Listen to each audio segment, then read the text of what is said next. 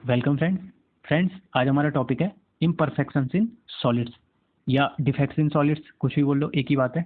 Okay, तो शुरू करने से पहले एक चीज़ समझ लो।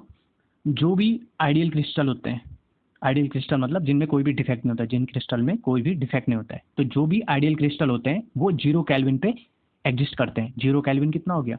-273 डिग्री सेल्सियस। ओके, तो जैसे ही 0 केल्विन से ऊपर टेम्परेचर जाता है तो क्रिस्टल में डिफेक्ट्स आने शुरू हो जाते हैं।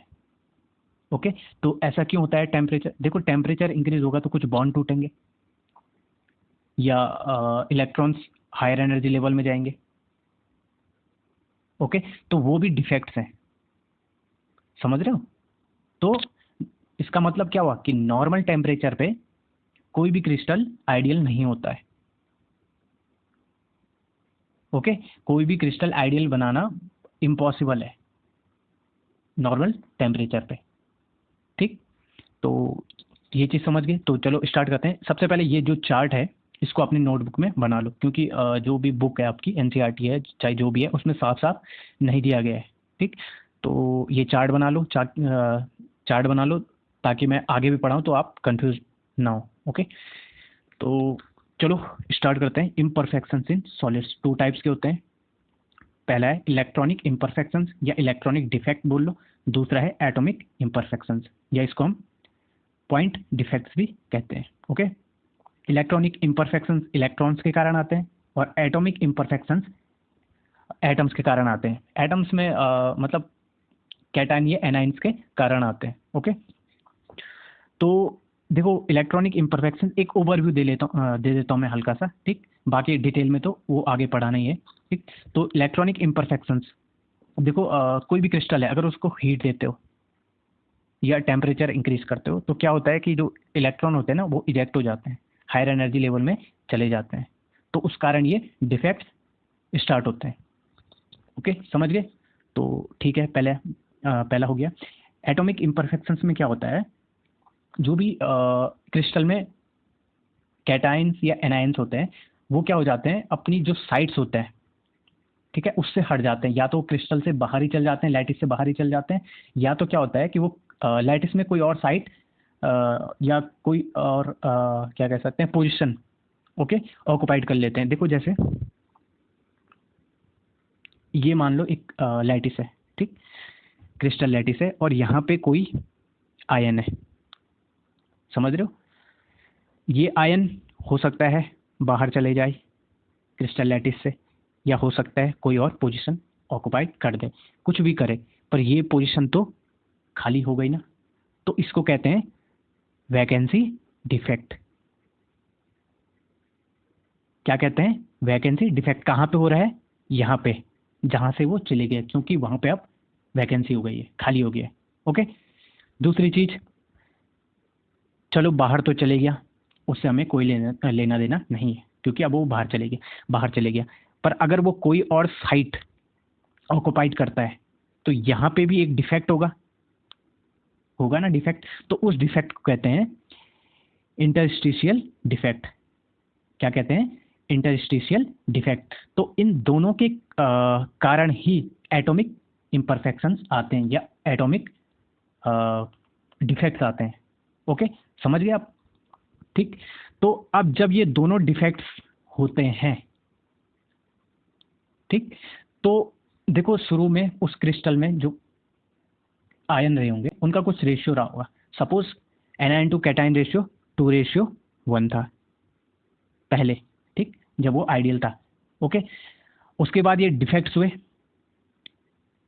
चाहे वैकेंसी हुआ, इंटरस्टिशियल डिफेक्ट हुआ, चाहे दोनों एक साथ हुए, ठीक, जो भी हुआ, उसके बाद अगर उसके बाद भी अगर वो रेशियो सेम रहता है, एनाइन और कैटायन का रेशियो सेम रहता है, तो उसको कहते हैं स्टोइकियोमेट्रिक डिफेक्ट्स। ओके, और अगर रेशियो चेंज हो जाता है, अगर ये रेशियो चेंज हो गया इन दोनों डिफेक्ट्स के बाद, ओके, तो उसको कहते हैं नॉन स्टोइकियोमेट्रिक डिफेक्ट। समझ में आया? ओके, और ये थर्ड है इम्प्योरिटी डिफेक्ट्स। इम्प्योरिटी क्या होती है? अगर दूध इम्प्योर है तो इसका मतलब क्या है, उसमें कुछ मिलाया गया है ना, ठीक। तो कोई भी अगर लैटिस है, ओके, चाहे वो NaCl का है, चाहे किसी भी चीज़ का है, ठीक है, चाहे सिलिकॉन का है, अगर मैं उसमें कोई और एलिमेंट उसमें ऐड करता हूँ या मिला देता हूँ या मिक्स कर देता हूँ, तो वो क्या हो जाता है, इम्प्योरिटी हो जाती है उसमें, तो उसी को कहते हैं इम्प्योरिटी डिफेक्ट्स। ये आ गया समझ में, एक ओवरव्यू है, ओके। तो फिर ये इसके सब पार्ट हैं, ठीक है, स्टोइकियोमेट्रिक डिफेक्ट के सब पार्ट ये हैं, ठीक, और नॉन स्टोइकियोमेट्रिक डिफेक्ट्स के सब पार्ट ये हैं, वो हम आगे देखेंगे, ओके, ठीक। तो अभी हम इलेक्ट्रॉनिक इम्परफेक्शंस देखते हैं, ठीक। तो इसमें पहला टाइप है इलेक्ट्रॉनिक इम्परफेक्शंस। इलेक्ट्रॉनिक इम्परफेक्शंस या डिफेक्ट्स बोल लो, ओके। तो ये डिफेक्ट्स किस कारण होते हैं, ये होते हैं इलेक्ट्रॉन के कारण, ओके। तो ये कैसे भी हो सकते हैं, बस डिफेक्ट होना चाहिए इलेक्ट्रॉन के कारण, ओके। तो जैसे एक एग्जांपल है, जैसे आपने सुना है या पढ़ा होगा, जो भी सेमीकंडक्टर होते हैं 14 ग्रुप वाले, ओके, तो उनमें या तो हम 15 ग्रुप वाले डोप्ड कर देते हैं, मिक्स कर लेते हैं, या तो 13 जो ग्रुप है उसको 14 ग्रुप में मिक्स कर लेते हैं, ओके। तो एक कंडक्टर फिर बन जाता है। तो उसमें भी आपने देखा होगा होल्स और या फ्री इलेक्ट्रॉन्स हमें मिल जाते हैं, तो जिस कारण क्या होता है उसमें होता तो डिफेक्ट ही है वो, क्यों, क्योंकि वो प्योर क्रिस्टल नहीं है, उसमें हमने कुछ मिक्स कर लिया है, तो वो भी एक इलेक्ट्रॉनिक इम्परफेक्शन का टाइप बोल सकते हैं, ये एग्जांपल बोल सकते हैं, ठीक। तो वो फिर हम कंडक्टर में पढ़ेंगे। अभी हम जो इसमें मेन है वो देख लेते हैं। देखो 0 केल्विन पे कोई भी क्रिस्टल क्या होता है, आइडियल होता है, ओके। तो अगर हम टेम्परेचर इंक्रीज करते हैं तो कुछ क्रिस्टल में क्या होता है, टेम्परेचर इंक्रीज करने के कारण जो इलेक्ट्रॉन्स लोअर स्टेट में थे, लोअर एनर्जी स्टेट में थे, वो हायर एनर्जी स्टेट में चले जाते हैं, ओके। तो ये भी एक प्रकार का क्या है, इम्परफेक्शन है, डिफेक्ट है, ओके। प्रॉपर्टीज चेंज कर देता है वो।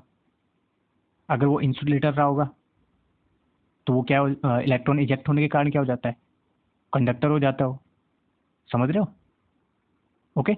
तो देखो ये कोवैलेंट में ये ज़्यादातर होता है, आयनिक में ये कम होता है। आयनिक में ये कम क्यों होता है, क्योंकि देखो मेटल होता है, उसने नॉन मेटल को इलेक्ट्रॉन दिया, चाहे एक दिया चाहे दो दिए, जितने उसकी जितनी भी वैलेंसी थी उतने इलेक्ट्रॉन उसने दे दिए, ओके। अब वो अगला इलेक्ट्रॉन इतनी आसानी से नहीं दे सकता या इजेक्ट नहीं कर सकता इतनी आसानी से, उसके लिए बहुत ज़्यादा टेम्परेचर की ज़रूरत है, ठीक। तो बहुत ज़्यादा टेम्परेचर देंगे तब वो इलेक्ट्रॉनिक डिफेक्ट शो करता है, ठीक। पर कोवैलेंट में ऐसा नहीं है। कोवैलेंट में क्योंकि शेयर्ड इलेक्ट्रॉन रहते हैं तो वो आसानी से इजेक्ट भी हो जाते हैं, ठीक। तो इतना बड़ा ये लिखा हुआ है, इसको कंफ्यूज होने की ज़रूरत नहीं है। सिंपल एक एग्जांपल लेता हूँ, सिलिकॉन, ओके। इसके बारे में समझाता हूँ, ये देखो, ठीक। सिलिकॉन 14 ग्रुप का है, जिसकी वैलेंसी कितनी है, 4 है, ओके। इसका मतलब ये 4 कोवैलेंट बॉन्ड बनाता है, ओके, कार्बन ग्रुप का है, ठीक। तो देखो ये इसके 1 2 3 4 बॉन्ड बनाए हुए, ओके। देखो अगर टेम्परेचर जैसे ही 0 केल्विन के ऊपर जाता है तो सपोज करो ये वाला इलेक्ट्रॉन क्या है, इजेक्ट कर गया, ओके। अब क्या होगा, यहाँ पे होल बन गया, ठीक। अब होल बन गया तो इस होल को कोई ऑक्युपाइड तो कर ही सकता है, ठीक। तो यहाँ से ये इलेक्ट्रॉन यहाँ चले गया, अब यहाँ पे होल हो गया। तो देखो इलेक्ट्रॉन आगे की तरफ जा रहे हैं और होल पीछे की तरफ आ रहे हैं, ठीक। देखो यहाँ पे होल बना था, अब ये इलेक्ट्रॉन देखो ये वाला, ठीक, ये गया होल पे और यहाँ पे होल बन गया। देख रहे हो इलेक्ट्रॉन क्या है, इलेक्ट्रॉन जिस डायरेक्शन में जा रहे हैं उसके अपोजिट डायरेक्शन में होल्स जा रहे हैं, दिख रहा है ना, जिस डायरेक्शन में इलेक्ट्रॉन्स जा रहे हैं उसके अपोजिट डायरेक्शन में इलेक्ट्रॉन्स जा रहे हैं,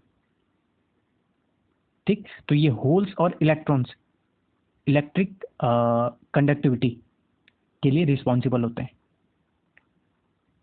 समझ गए, ओके। ये आया समझ में।